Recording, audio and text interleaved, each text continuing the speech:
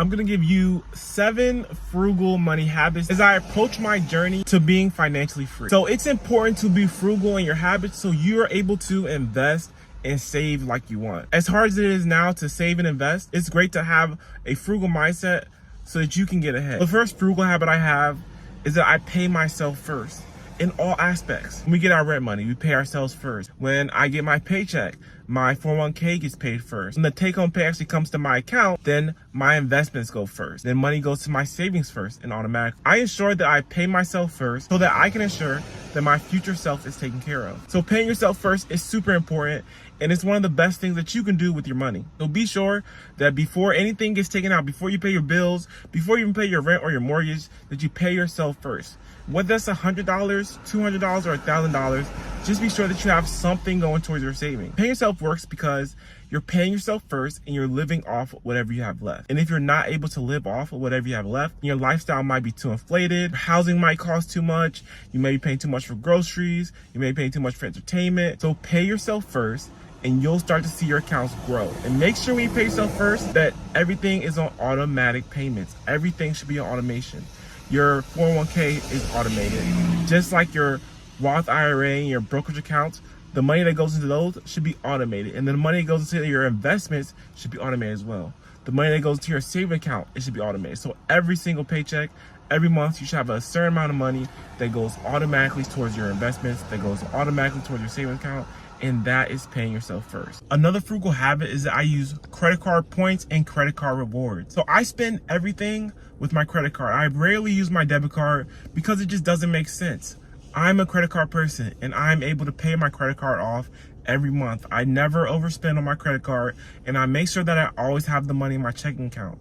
But it's really a frugal habit because the amount of money or the rewards that you're getting back on these credit cards is not really worth it in the long run, but it gives you a little bonus and a little bit of cash back. So you may get 1% back or 2% back on your purchases. In the grand scheme of things, it's not a lot of money.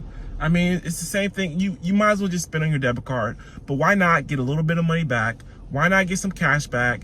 And then I can put that money in different areas. So because I spend everything on my credit card, recently we went on a trip to Orlando and the flights were heavily discounted because we've spent so much money on our credit card and we accrued all these reward points that we can then put towards our flight. For the rental that we had $300 cash back from spending on our credit card and taking advantage of the intro bonus points that they give you, that we were able to rent a Tesla for technically free, but we did have to spend a certain amount of money on that card to get that. So I spend money on my credit card. It's a frugal thing. It's something that you don't have to do. It's not going to make or break your financial future. It's not going to make you a millionaire. It's not going to really affect you in many ways, but it gives you an opportunity to get things at cheaper prices because you get some money back or you get some points back. So it just makes sense to me because I pay these cards off every month. Now, the one way with rewards and cash back does not make sense is if you're not paying your cards off every month, because the rate on these cards are 15 to 20%. So if you're paying that on your card, then the 1% or the 2% that you're getting back on your money, it doesn't make sense at all. So you have to be sure that you pay off your card every month if you want this cash back or the reward aspect to work out for you. And definitely take advantage of the intro rewards, of the intro perks that these cards offer. For example, one might say if you spend $4,000, you'll get 60,000 points. That 60,000 points can be worth up to maybe $650. But if you already spend $4,000 in a matter of 3 months just on your basic expenses, then why not just get the card and pay it off? Because you should always have the amount of money saved or have that amount of money in your checking account. The third frugal habit is that I cook meals at home. Now, I'm not saying I don't go out to eat. I definitely go out to eat because we're in a certain situation where we don't have to cook every meal at home. But best believe if we were in a situation where we are not doing very well financially, then I would be cooking meals at home every day. I would rarely go out to eat. And if I were to go out to eat, then it'll be at a very cheap place and I'll make sure that I get some kind of deal.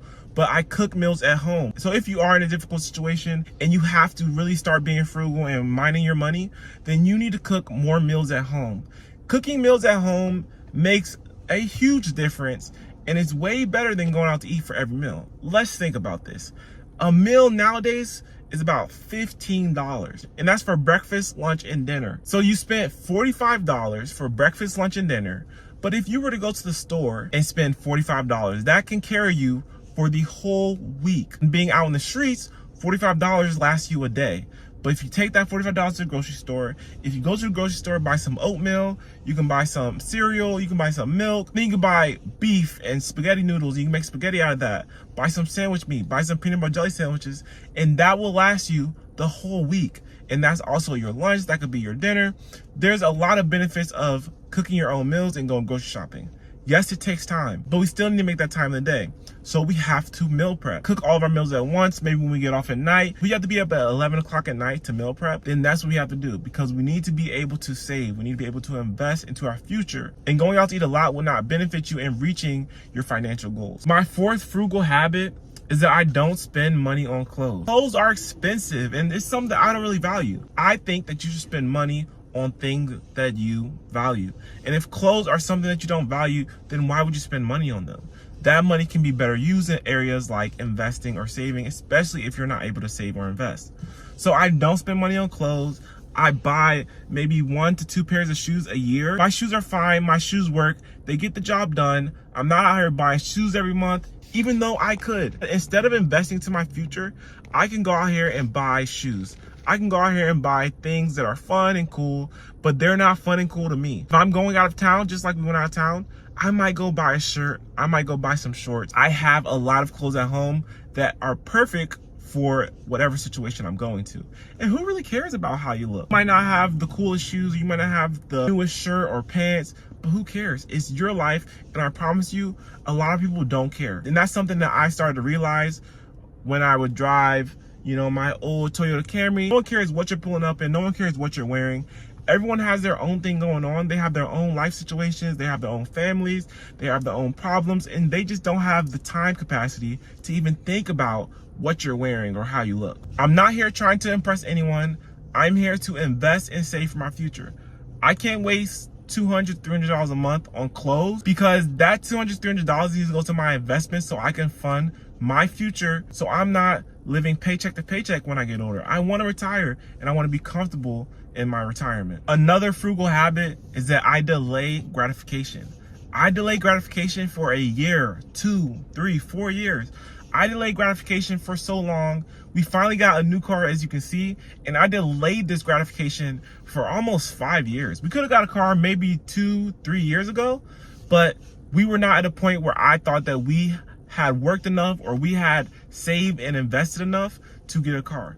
So we have delayed the gratification of getting a single family home by living in a multi-family home and renting out the top and living in the bottom. So we're just delaying gratification all over the place. We can get the things that we want when we're 30. We can get the things that we want when we're 40. But right now, we're going to delay the gratification. Delay the gratification of getting that super expensive item that you don't need right now. You're so young, you have plenty of time to get the item that you want. You have plenty of time to get everything that you want. Just put a pause on these big purchases and focus on investing into your future. I promise that you're going to feel so good about yourself and that your accounts will look so healthy if you just delay the gratification a little bit. If you delay that purchase for that house, if you delay that $500,000 purchase, your finances will look way better when you actually do buy the house, so you're not house poor. Now, a lot of these frugal habits are for people that aren't able to invest, aren't able to save. So if you're able to take some of these habits, then I believe that you'll be able to save and invest. And the sixth frugal habit is to house hack or monetize your space.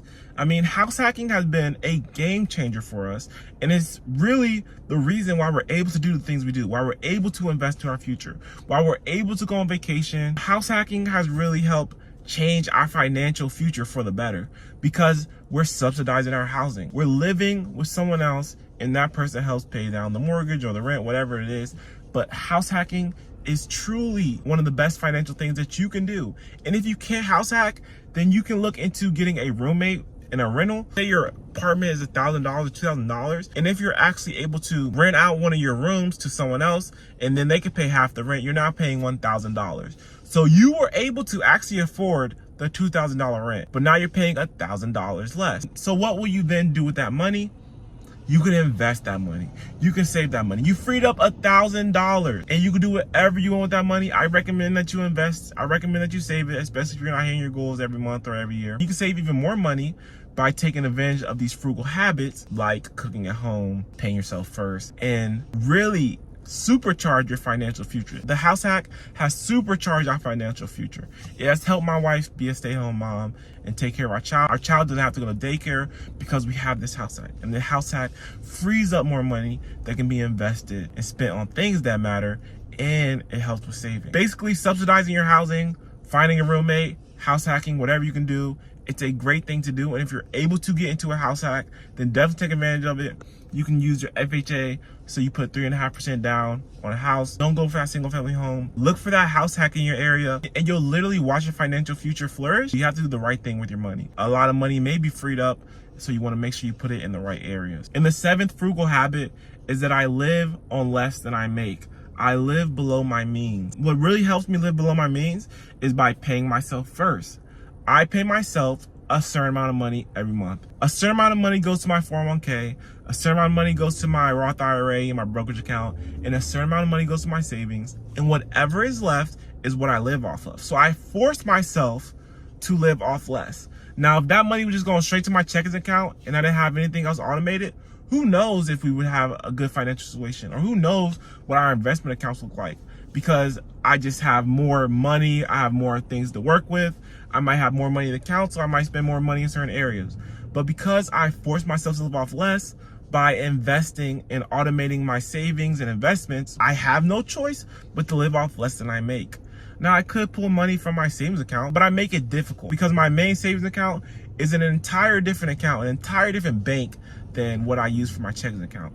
So you have to live off of less than you make if you want to see your financial situation change.